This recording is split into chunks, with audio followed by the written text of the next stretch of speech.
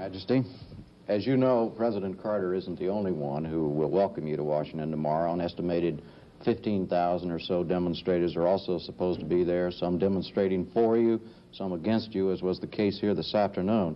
Are you disturbed over the fact that your visit is causing such a ruckus? I can't say that I'm disturbed because I think that if you go and inquire about the nature of those who demonstrate against, you would find that they are mostly Marxists, anarchists, wearing masks, and I would be very much interested to see how many Iranians are behind those masks. The fact that they don't hide at all that they are Marxists is, I think, a very good sign that why the Marxists are against what I am and what I represent. And also you could go and compare how many they are and how many those who are for their country and eventually their king, how many they are. Well, there are reports, as I'm sure you know, that your government, indirectly as well as directly, have helped organize those pro-government demonstrators to come here to Washington to counter-demonstrate against the antis. Is that true? I'm not aware of the facts. First of all, I think that patriotic elements in our country wanted to show, at least for one time, that the demonstrators are not always those who demonstrate against. And you could have seen who the demonstrators who were against were and those who were for. Well, this is your 11th trip to the United States, and the other 10 were relatively quiet. Why now? Why all of this turmoil now, do you think? What's your guess on that? I think my country is taking more and more importance in the geopolitics of the world, and it will be even more important as if eventually the big superpowers adopt a more and more hands-off policy in various regions of the world. And my country is going to obviously play a more and more responsible role in our region. This will not be very pleasant for the forces of subversion and international anarchy and chaos. Are you suggesting, Your Majesty, that these demonstrators who identify themselves as Iranian students, and you saw, I don't know whether you saw the signs, but the signs they were carrying out here and the ones that are apparently already up or waiting for you in Washington, they identify themselves as Iranian students. Are you saying that they are funded in some way or organized in some way by communist elements, or they're not really Iranian students, Iranian citizens? They are, maybe. Some of them, or eventually even many of them, Iranian so-called students in the United States. But if you go and ask them where they study, how long they have been studying, after years and years of study, what degrees they have achieved, I don't think that they will answer you, because they have no answers. They are professional students. And I even heard that here they had the hammer and sickle as a sign on the car boards. And we have many informations relating them to international organizations, no doubt. Well, some of the specific things that, whatever their background and their organization, the things that they are charging against you and your government fall in this area of human rights, and they particularly in the area of squelching political dissent. And so my question is this: are there 100,000 political prisoners now in Iranian jails as they charge? There are 2,200. What are their crimes? What are these 2,200? Mostly terrorists, and all of them Marxists. Would demonstrating, like the people here in Williamsburg are doing today and they're planning to do in Washington tomorrow, would that be considered a crime in Iran? Not simple demonstration. That depends what they would say. If they say things that are forbidden by the law in the country, obviously they will be prosecuted. Otherwise, no. Well, just from so I'll understand this, and the American audience understand what is considered a crime punishable by jail in the political area in Iran. For instance, is to criticize you personally. Is that a crime punishable by imprisonment? That depends what it is said. But what is outlawed in our country, it's communism. It's communism. Yes. So if you advocate communism, that in itself is a crime. That's illegal. That's illegal. To criticize you and your government is not illegal. Not the government, anyway. My God, they are doing that all the time. But you, yourself? Is that permitted? Not if it is against what you call lèse-majesté in French. I think that this is a law that you have in many places. Presumably, it's been widely reported, presumably one of the reasons you want to talk to President Carter is about arms purchases from this country. You are now this country's largest single purchaser of arms. Is it true that you will be discussing arms with him? We will discuss every subject, among them the question of arms. But the question is that my country is a sovereign country, and we have defense needs. If you want to furnish some of those needs, we will be very happy. But the needs will remain the same. Yes. I think what is, especially since this administration began to talk a lot about cutting down arms, conventional arms sales, as I'm sure you're aware, what puzzles a lot of Americans is why a country like yours that still has a large degree of poverty and illiteracy and so on would be spending, with its billions of dollars in oil revenues, would be spending such a high proportion on armaments. They can't quite see why a country situated like yours needs an army, and with its tanks that they say in a few years will be one of the biggest tank fleets in the world, an air force that will be one of the biggest in the world, a navy that will be one of the biggest in the world. Who are you afraid of in the region that you need such a very big armed forces? I have said that before, that we are looking in every direction. And because of the nature of today's wars are fought in 1 week, maximum 2 weeks' time. Whoever loses in the first 1 or 2 weeks has lost.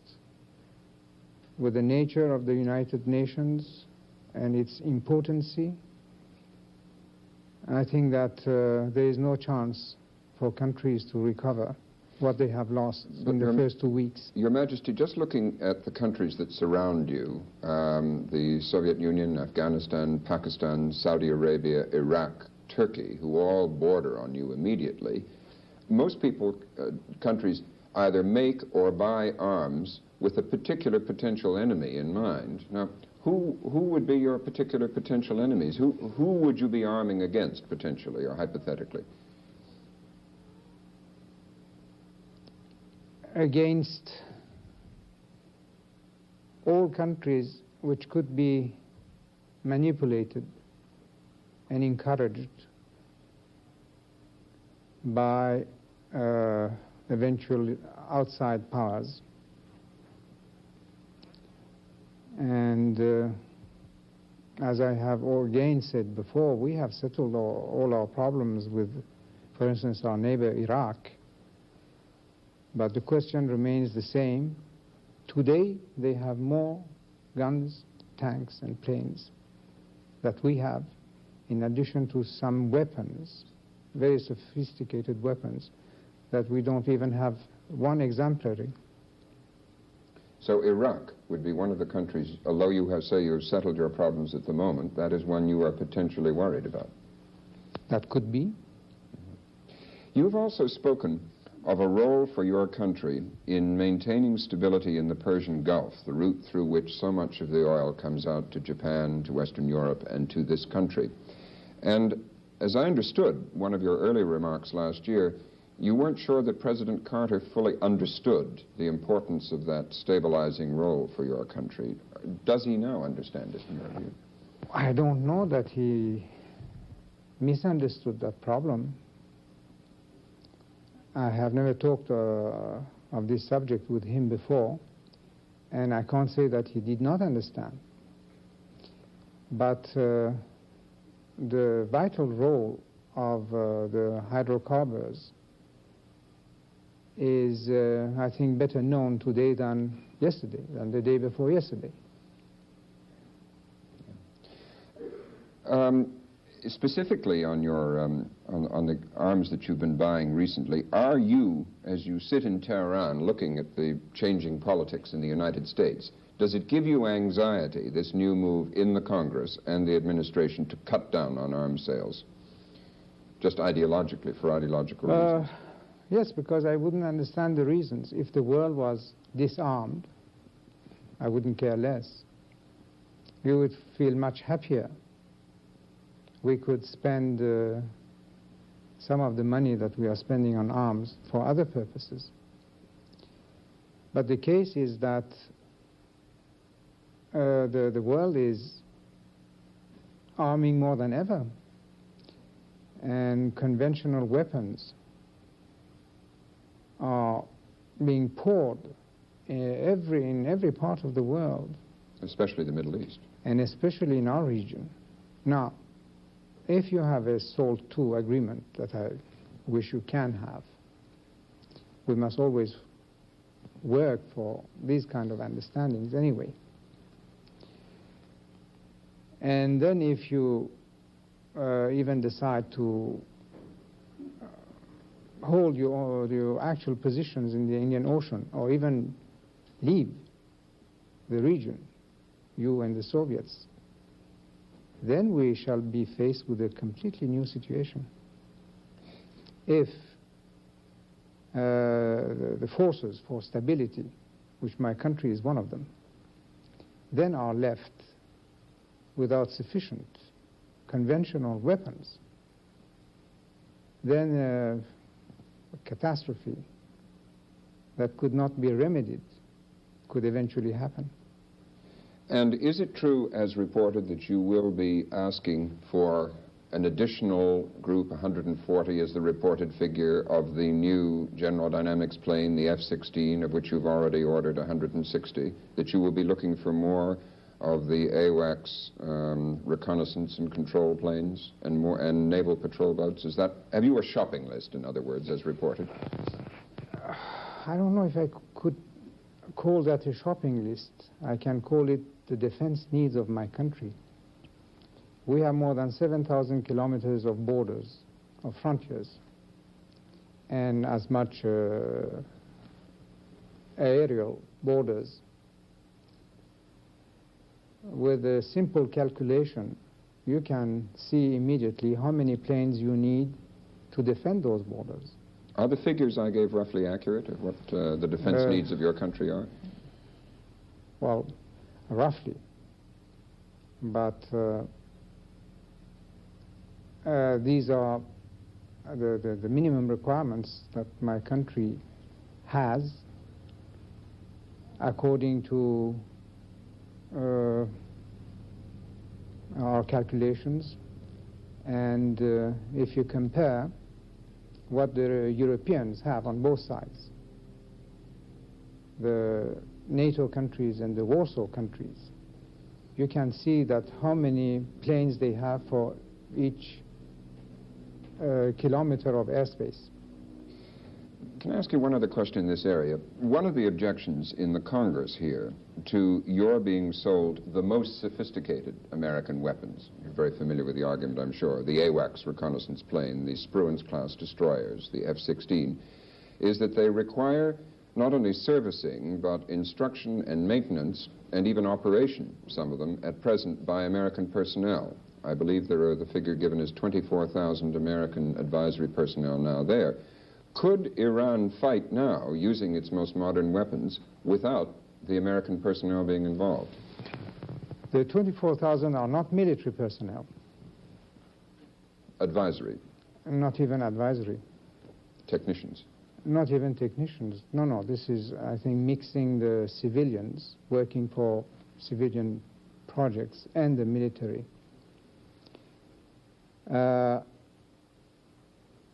You are not bound to fight with us except by a bilateral agreement that we signed in 1959, where after consultation you will have to come to our help if we are attacked by a communist or communist-inspired country. But you will have, obviously, your own rules and regulations. Probably there must be some understanding between the executive and the legislative. The question is that we have that agreement. But regardless of that, in many cases, we can handle those weapons alone. So buying more such sophisticated weapons would not mean, thinking of the point of view of the Congress, would not be sucking American personnel, civilian or military, into, as is sometimes said, another Vietnam or something if Iran got involved in a conflict? Well, my answer would be to ask you the question, what will you do if we are attacked by a communist or a communist-inspired country? I can't answer that, Your Majesty. Your Majesty, let's talk about oil for a moment. OPEC will consider a price increase at its meeting next month. What is your position on a price increase? I think that we are going just to be spectators in the coming meeting. You have been accusing us of being hawks of every kind of names and nicknames, and now let's other people carry the ball. You mean you do not favor a price increase? We shall remain silent. Is there a need for a price increase? That depends from what angle you look at it. Let's look at it from your angle. Do you feel there is? No, you are asking if there is a need. Some of the people would say that what has been the decrease in the purchasing power because of the world inflation, even of the dollar. Do you expect President Carter to bring this up at your meeting tomorrow? Very certainly, yes. Do you think he's going to ask you, Your Majesty, please do what you can to keep the price rise from coming off? It is possible. What are you going to tell him when he does?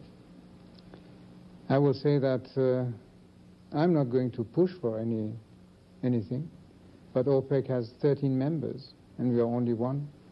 Mm-hmm. President Carter, as I'm sure you know, has been telling the American people that the United States is almost in the state of being held hostage by Middle East oil at this stage of the game. What's your view of that? Do you feel the United States is hostage to you and the other Middle East countries, the other OPEC countries? To some extent, yes, because you are importing about 51% of your consumption of oil from that part of the world. He's also said that our very security, economic security, and then the next step, our basic national defense security, is at risk as long as this hostage situation continues. Would you agree with that? Well, definitely, yes. Mm-hmm.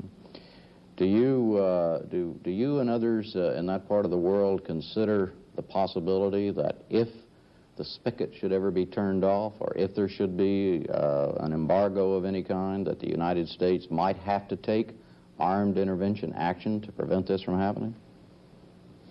Well, that will be up to you. I don't know if you can do it.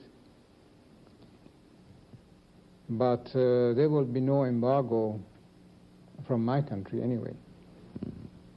It's not something that's discussed, the possibility of what this means to the United States and what this means to the Western world could mean. Well, certainly that could be discussed, what it means. And that is why I'm pleading, I'm almost begging the Western world to find new sources of energy. On the subject of talking to President Carter, I know that all these state visits like this, there's always preliminary discussions back and forth between representatives of the governments, and you know pretty much, I would imagine, what the president is going to bring up. Is on the list human rights? Is he going to, you know, how President Carter is pushing human rights now, is that on the list of things to be talked about tomorrow? I just don't know. There are no agenda.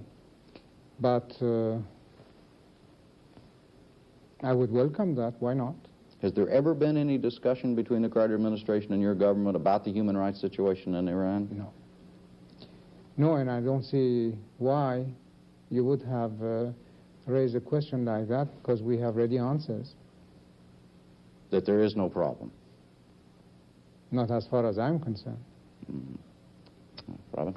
It's just that organizations like the International Commission of Jurists and Amnesty International, which, for instance, was awarded a Nobel Prize this year, have, as you've often commented on yourself, made repeated charges that your secret police has indulged in torture and imprisonment without charge and that sort of thing. Those would be the things, presumably, that a president who was making a display of his concern about human rights would bring up.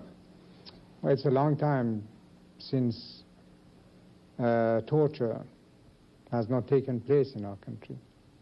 How long and a the time? torture that they were pretending was practiced is not more than we can see in American films that is being done to people in, I don't know, by some officials. Well, I don't want to bring this question up. The question is that torture does not exist anymore in my country, and we have taken steps that people would be allowed even to have civilian lawyers as in their defense, and after the cross-examination, their case should be sent to the court immediately. That was a change in the law last summer, wasn't it? Yes, something like that. This group that is protesting, or one of the groups that is demonstrating, has put out the word, in addition to the 100,000 they claim there are 100,000 political prisoners now in your jails. They also say that 581 political dissidents have either died as a result of being tortured or been executed over the last 4 years in your country. Oh, that is ridiculous. Some people have been executed naturally, but they were duly judged, and according to the court, they merited that sentence. Were they for political crimes? No, for murder and for terrorist activities. And some of them just for treason, high treason. As a Middle East power, Your Majesty, and a major Middle East power who deals with both the Israelis and the Arab nations, are you personally, or is your government playing any role in the current preparations to try and get a Geneva conference going? Not directly, but we will help as much as we can. Do you think the signs are good at the moment? Or? Well, there have been some rather good signs lately. The proposals of President Saddam and some of the answers of Mr. Begin. You've spoken often about your desire not only to improve the industrial base of your country and the infrastructure, but also just the lives of the people. I noticed you said in an interview 4 years ago that you were soon going to make schooling free for children up to the 8th grade. Has that happened yet? Oh, a long time now. That has happened. Not only schooling free up to that grade, but secondary education will be free and university will be free if they accept to serve the state for the same duration than their studies. But this is an assurance of getting a job, because they will be paid as anybody else. You said that that by next year the per capita income of Iran should be $1,800. How For is a transcript, send that, if that's $1 true, to distributed through the population? The charge is often made that it's still concentrated in very few hands. Well, it's already $2,220. I mean, 2 months ago it was. And I think that this insinuation or accusation is very far from the truth, because you can't find a worker now unless you give him exceptionally high wages, sometimes higher than Western Europe. I'm very sorry, but I have to end it there. Thank you very much, Your Majesty, for joining us this evening. Good night, Jim. Thank you, Majesty. Jim Lehrer and I will be back tomorrow evening. I'm Robert MacNeil. Good night.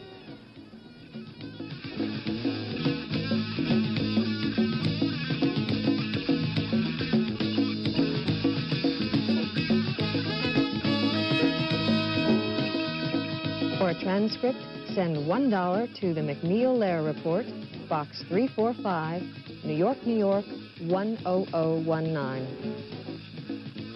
The MacNeil-Lehrer Report was produced by WNET and WETA. They are solely responsible for its content.